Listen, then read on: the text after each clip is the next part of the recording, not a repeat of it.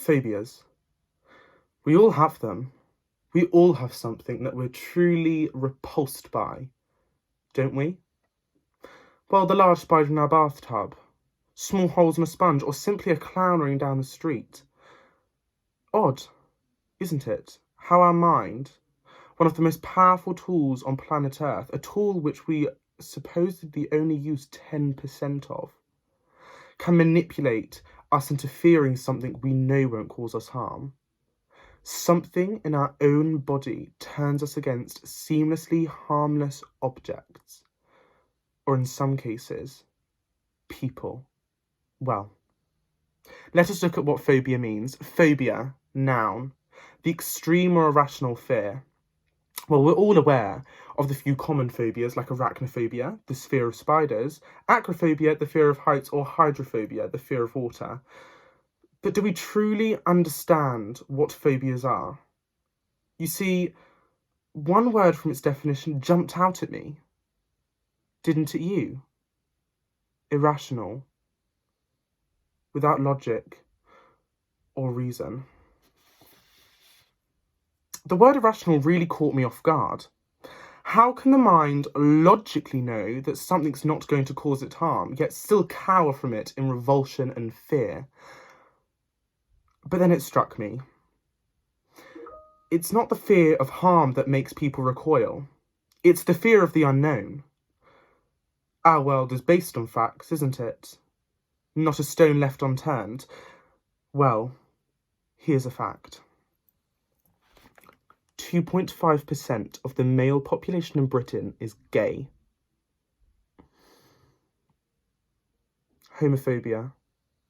A compound word made from homo, meaning the same, and phobia, meaning the irrational fear, is most commonly associated with the fear of the homosexual or of same-gender attraction. But is homophobia a phobia? A fear of people attracted to the same gender? These are questions I commonly found asking myself, and I just had to know the answer. So, to fully understand the homophobe's mindset, I wanted to look at where phobias originated from. Most phobias come back from when our primal ancestors lived a lot closer to the margins of life and death, where snake bites and spider bites were deadly. A high fall was an immediate death sentence, and when waters weren't guarded so heavily by lifeguards. Some of these phobias have little relevance in our British climate today, but some, like falling or drowning, will always have some relevance. However, in no place and at no time does homophobia make sense. Yet this ongoing phobia of gay people continues.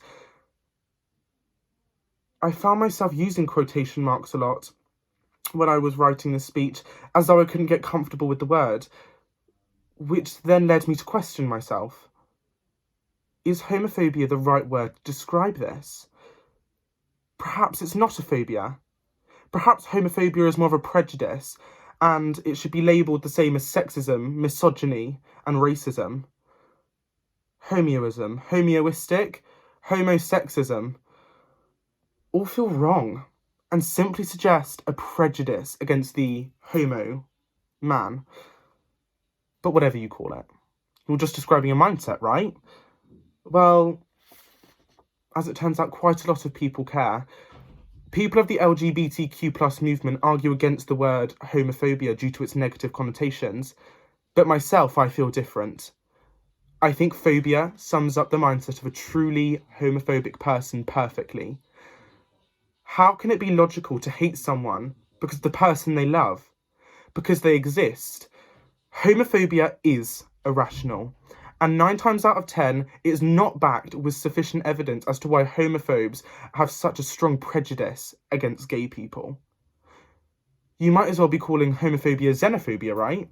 The extreme or irrational fear of strangers. Because to homophobes, people that are gay are the other, different, and the alien. Just as strangers are the other, different, and the alien to xenophobes. So what? Let people feel what they want to feel, because phobias primarily hurt the person that carries them, right? Well, the problem with that statement is homophobia is not inward looking like arachnophobia. It's outward looking, and it turns on people. Homophobia is a proven cause of mental illness in the LGBTQ+ community, and it has led to catastrophic effects.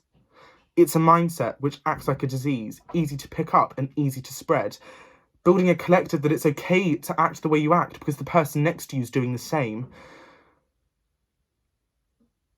It's almost been made okay to hate a certain way, to act a certain way, to be a certain way, because the people around you are doing the same.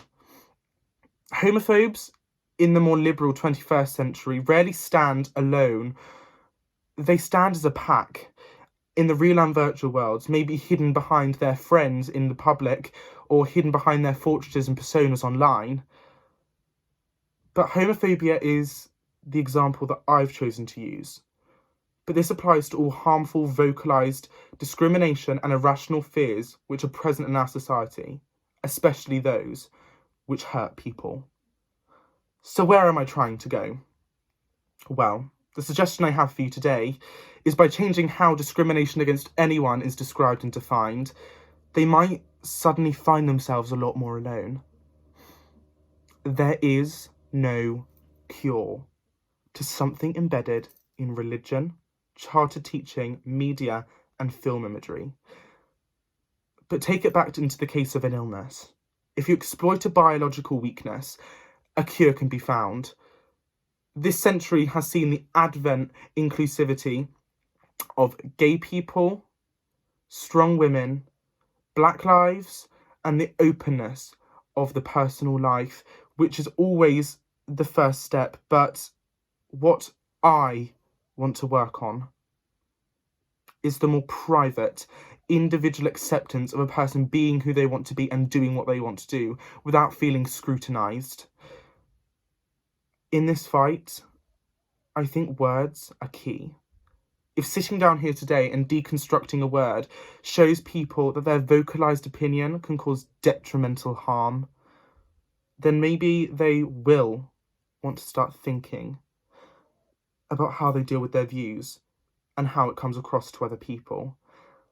You see, in my eyes, even if they have to come out and argue and bicker to prove their point, at least they are having to think about what they're saying logically about their attitudes to other human beings, which has got to be better than not thinking at all. Well, to finish off today, if we can eliminate discrimination hidden in our books, on social media, and in all public eye platforms, whether that be homophobia, sexism, racism, xenophobia, then I truly believe that we're building the better world for tomorrow.